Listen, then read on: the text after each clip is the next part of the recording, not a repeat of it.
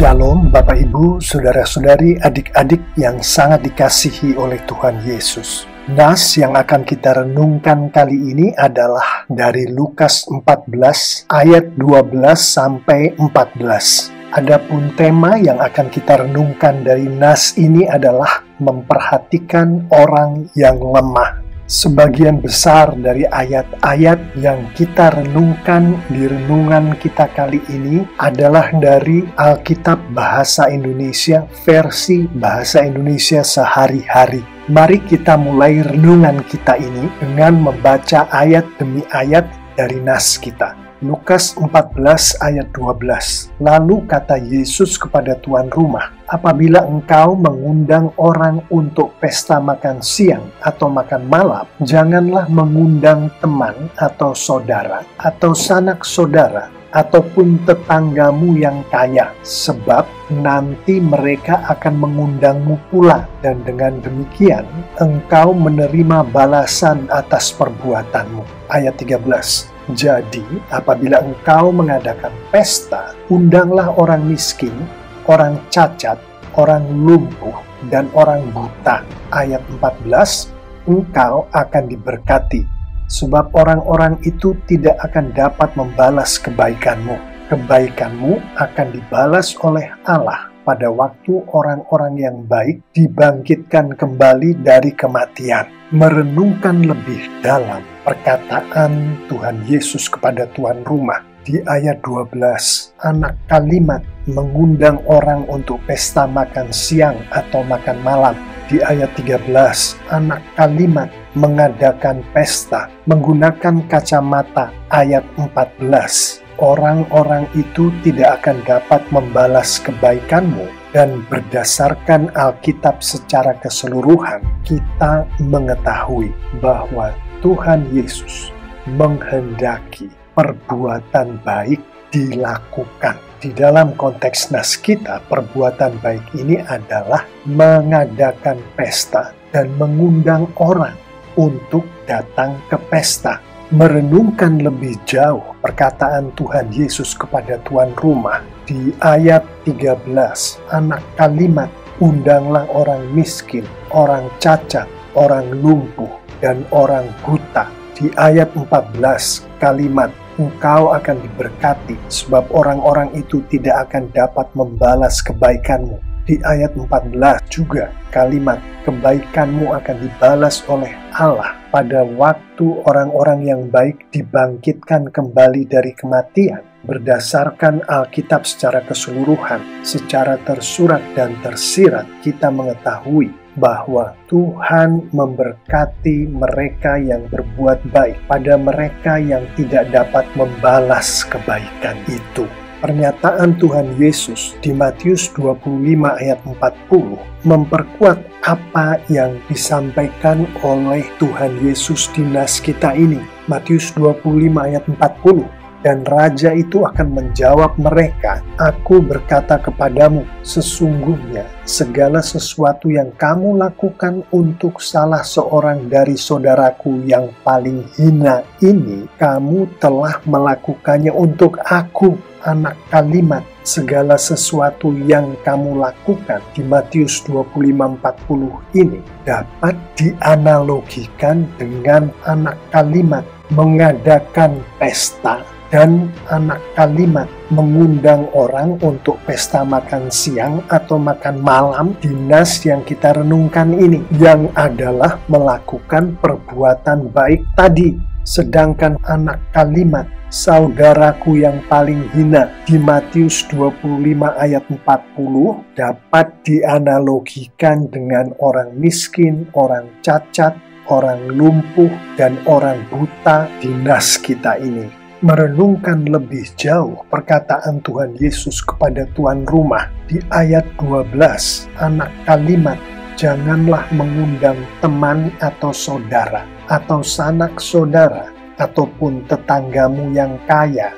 Dan dari ayat 12 juga, anak kalimat dengan demikian engkau menerima balasan atas perbuatanmu, yang berdasarkan konteks nas ini kita mengetahui bahwa balasan itu datangnya dari teman, dari saudara, dari sanak saudara, dan dari tetanggamu yang kaya. Berdasarkan konteks nas kita ini dan konteks seluruh Alkitab, kita mengetahui bahwa secara tersurat dan tersirat Tuhan Yesus menyampaikan bahwa prioritas di dalam melakukan perbuatan baik ini adalah ditujukan kepada mereka yang tidak dapat membalas perbuatan baik itu, yaitu kepada mereka yang adalah orang miskin, orang cacat, orang lumpuh, orang buta.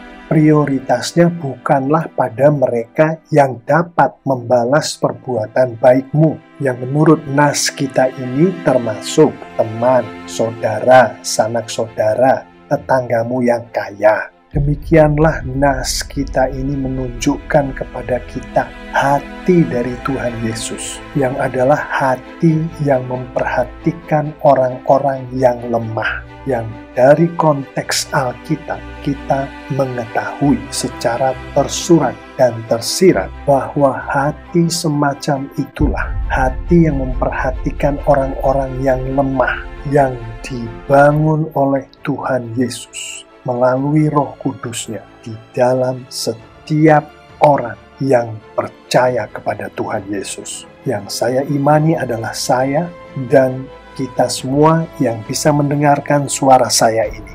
Tuhan Yesus menghendaki kehidupan dari pengikut-pengikutnya mencerminkan hati Tuhan Yesus, yang adalah hati yang memperhatikan orang-orang yang lemah. Dengan kata lain, pengikut-pengikut Tuhan Yesus harus memiliki hati yang memperhatikan orang-orang yang lemah. Demikianlah inti dari renungan kita kali ini. Saya akan menutup renungan kita ini dengan beberapa poin penting berikut. Poin pertama, merenungkan nas kita kali ini, mempergunakan kacamata Ulangan 5 ayat 6-9. Akulah Tuhan Allahmu yang membawa kamu keluar dari Mesir, tempat kamu diperbudak. Jangan menyembah ilah-ilah lain, sembahlah aku saja. Jangan membuat bagi dirimu patung yang menyerupai apa saja yang ada di langit, di bumi, atau di dalam air, di bawah bumi. Jangan menyembah patung semacam itu, karena aku Tuhan Allahmu dan tak mau disamakan dengan apapun.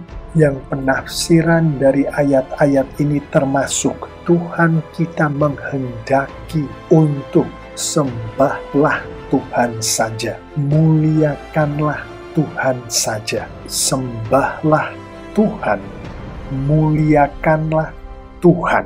Dengan mempergunakan kacamata Ulangan 5 ayat 6-9 ini, maka kita dapat pula merenungkan nas kita ini, Lukas 14 ayat 12-14 ini sebagai berikut. Tuhan kita menghendaki dirinya disembah, dirinya dimuliakan dengan cara Tuhan kita mempergunakan si tuan rumah, mempergunakan pesta makan siang atau pesta makan malam, mempergunakan orang miskin, orang cacat, orang lumpuh, dan orang buta untuk memuliakan diri Tuhan.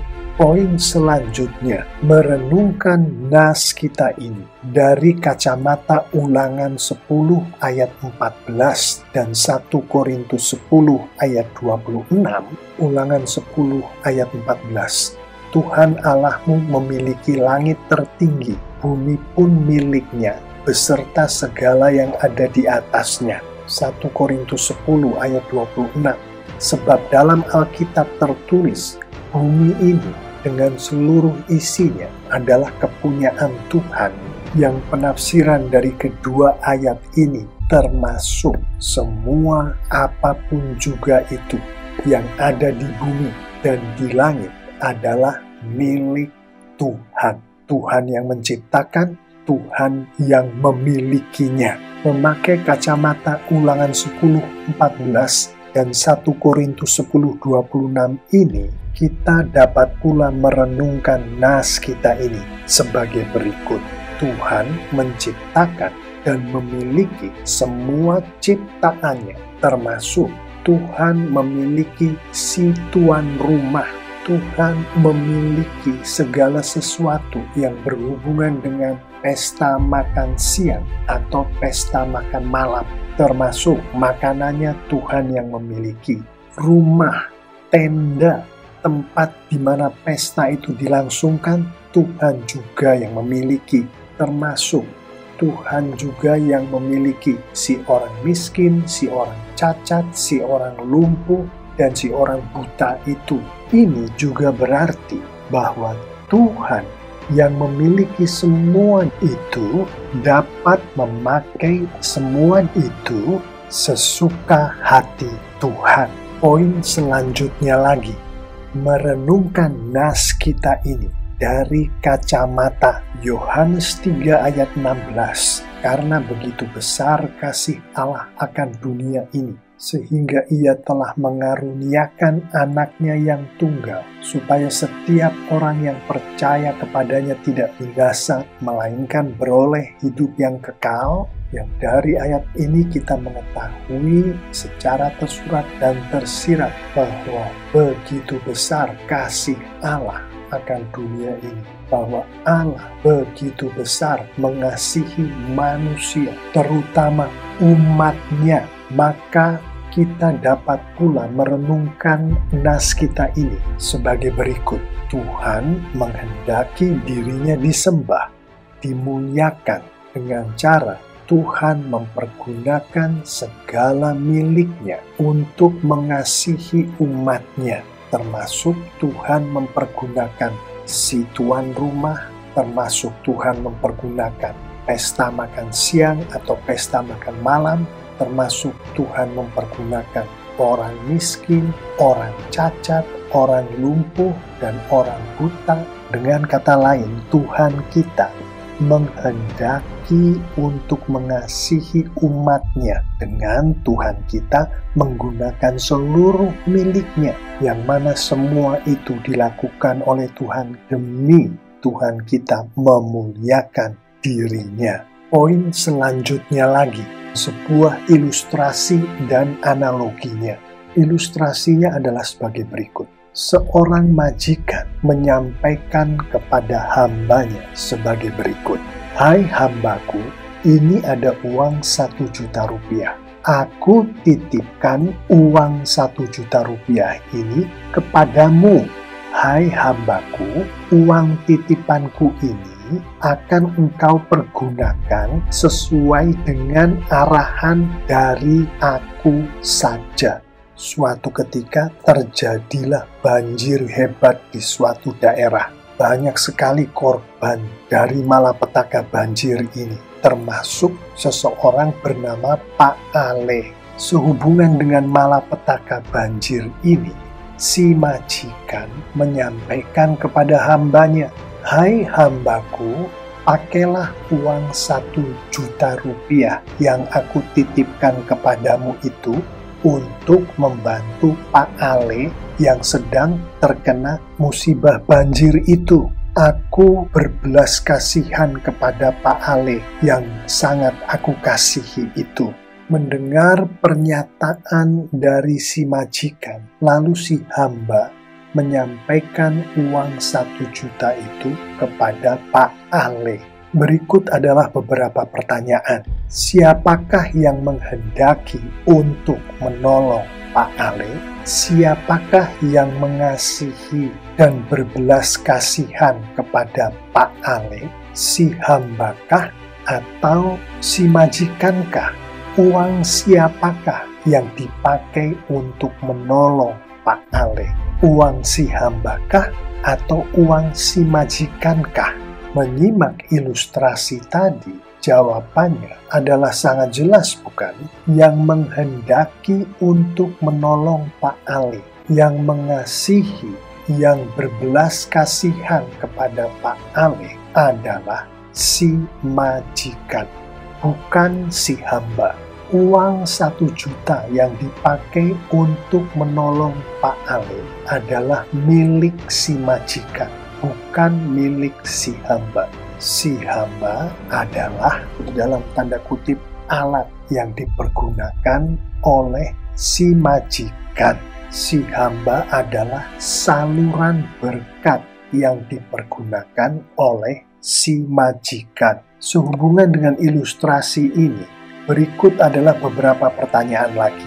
Siapakah yang layak untuk mendapatkan kredit, untuk dimuliakan, untuk dipuji atas pertolongan yang dialami oleh Pak Ale? Dapatkah si hamba mengaku-ngaku bahwa si hambalah yang adalah seseorang yang berhati penuh dengan belas kasih, yang dengan tulus hati membantu Pak Ale dengan memberikan 1 juta rupiah kepada Pak Ale? Dari ilustrasi tadi, jawaban atas pertanyaan-pertanyaan ini juga sangat jelas, yaitu hanya si majikanlah yang layak dimuliakan, yang layak dipuji, yang layak diberi kredit atas pertolongan yang dialami oleh Pak Ale.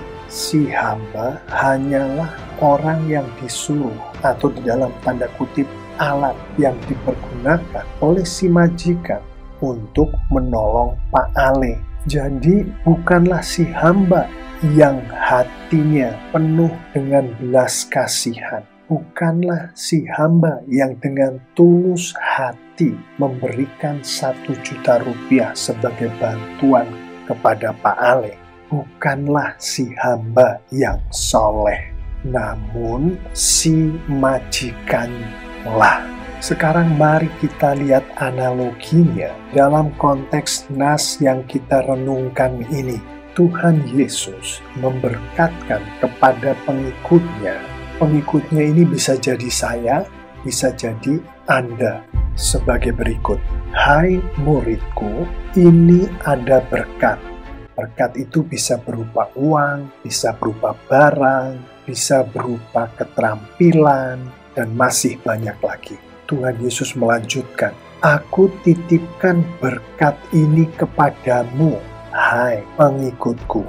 Berkat yang aku titipkan kepadamu ini akan engkau pergunakan sesuai dengan arahan dari aku.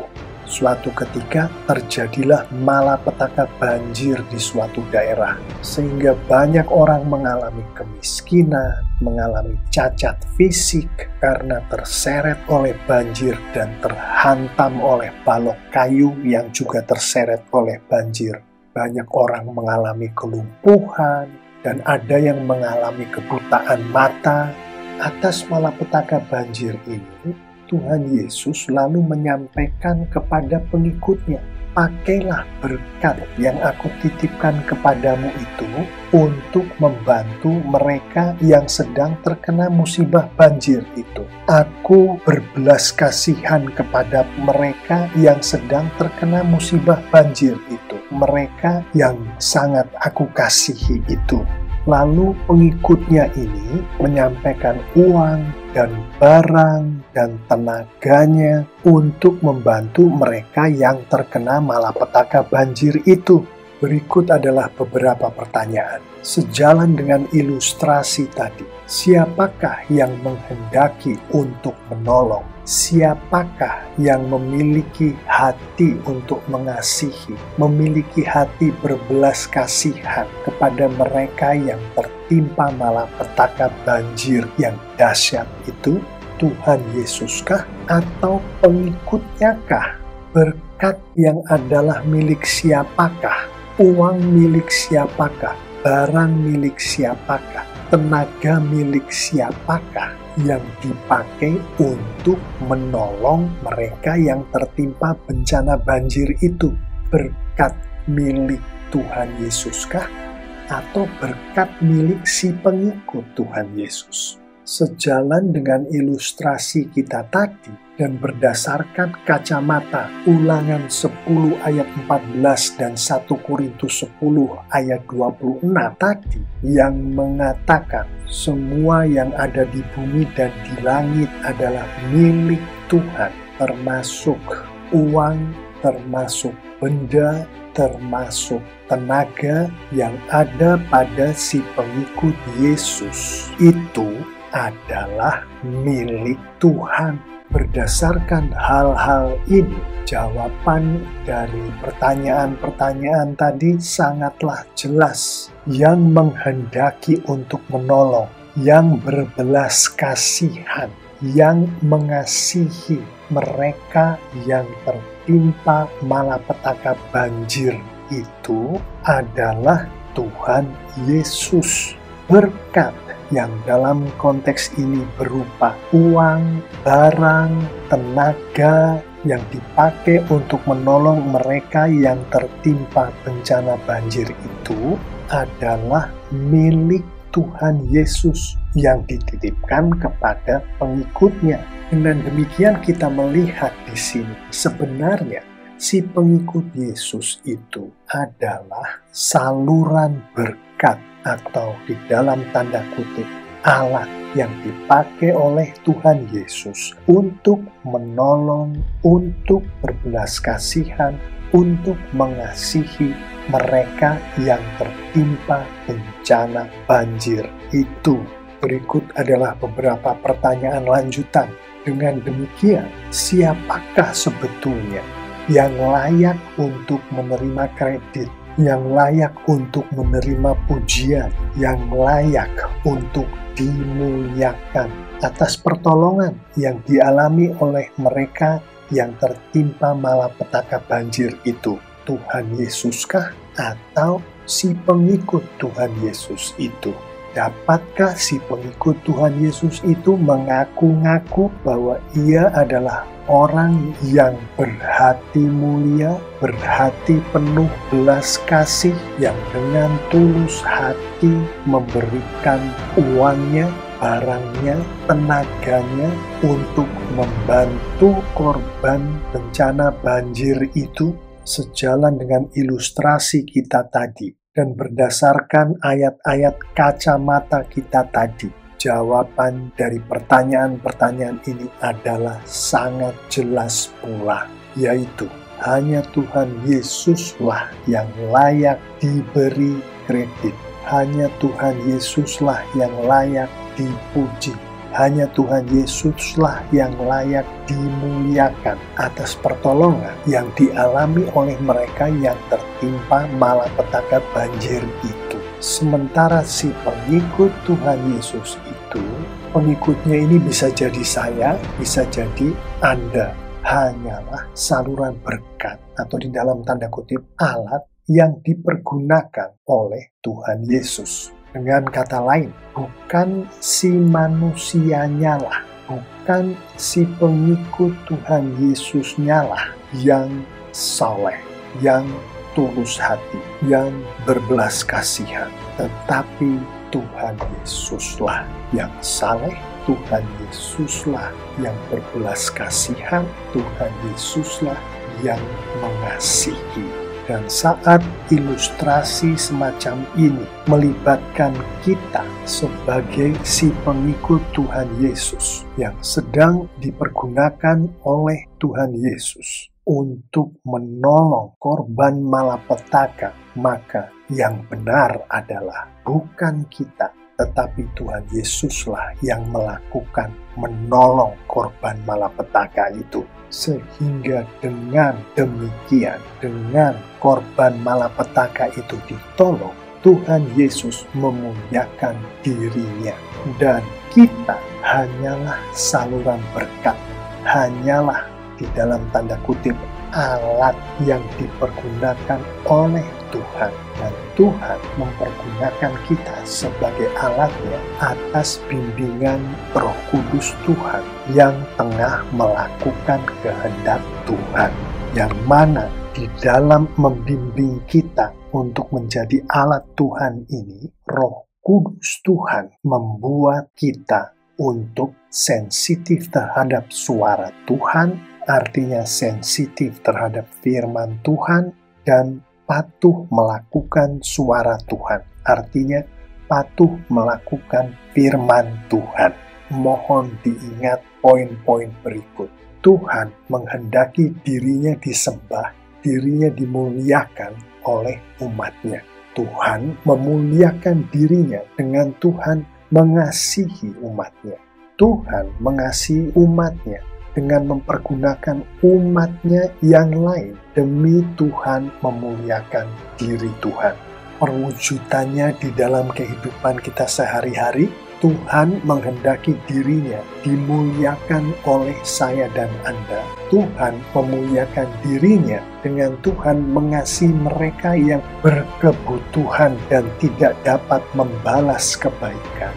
Tuhan mengasihi umatnya yang berkebutuhan itu dengan mempergunakan saya dan Anda sebagai saluran berkat demi Tuhan memuliakan diri Tuhan. Satu lagi poin untuk menutup bagian penutupan kita ini adalah Tuhan Yesus memberkati kita-kita yang dipakai oleh Tuhan Yesus, yang dengan jelas disampaikan oleh Tuhan Yesus sendiri di nas kita ini, yaitu di Lukas 14 ayat 14. Engkau akan diberkati, sebab orang-orang itu tidak akan dapat membalas kebaikanmu.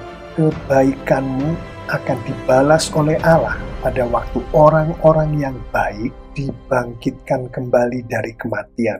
Tuhan kita memberkati kita-kita yang berbuat baik pada mereka yang tidak dapat membalas kebaikan itu. Tepatnya, Tuhan kita memberkati kita-kita yang dipakai oleh Tuhan sebagai saluran berkat, sebagai alat untuk Tuhan memberkati orang lain demi Tuhan memuliakan dirinya. Bapak, Ibu, Saudara-saudari, adik-adik yang sangat dikasihi oleh Tuhan Yesus, mengetahui semuanya yang baru saja kita renungkan ini, mari kita akhiri renungan kali ini dengan beberapa penerapan berikut. Mengetahui bahwa Tuhan mempergunakan kita sebagai alatnya melalui bimbingan dari Roh Kudus-Nya, artinya hanya dengan sensitif terhadap suara Roh Kudus-Nya, maka kita dipakai Tuhan untuk Tuhan memuliakan diri Tuhan. Maka penerapan pertama adalah berdoalah setiap hari, memohon agar Roh Kudus Tuhan memberkatkan kepada kita kesensitivitasan terhadap suara Roh Kudus, yang mana suara Roh Kudus datang ke kita di hari-hari ini hanya melalui firman Tuhan. Perwujudan dari penerapan ini termasuk pengikut-pengikut Tuhan Yesus selalu membaca firman Tuhan setiap hari dengan konsisten. Membaca ini diiringi oleh doa, memohon urapan dari Roh Kudus Tuhan, sehingga kita mengerti akan firman Tuhan yang kita baca ini. Penerapan terakhir dari renungan kita ini untuk kita hidupi setiap harinya adalah mengetahui bahwa hanya dengan patuh melakukan suara Roh Kudus. Dengan kata lain, hanya dengan patuh menghidupi firman Tuhan, maka Tuhan akan memakai kita sebagai alat Tuhan untuk Tuhan memuliakan dirinya. Maka berdoalah setiap hari memohon agar Roh Kudus Tuhan memberkatkan kepada kita kepatuhan untuk melakukan suara Roh Kudus, untuk melakukan firman Tuhan hari lepas hari dengan konsisten untuk kemuliaan Tuhan. Saya mengimani jika kita semua menghidupi firman Tuhan ini, maka Tuhan kita semakin dimuliakan dengan luar biasa. Amin.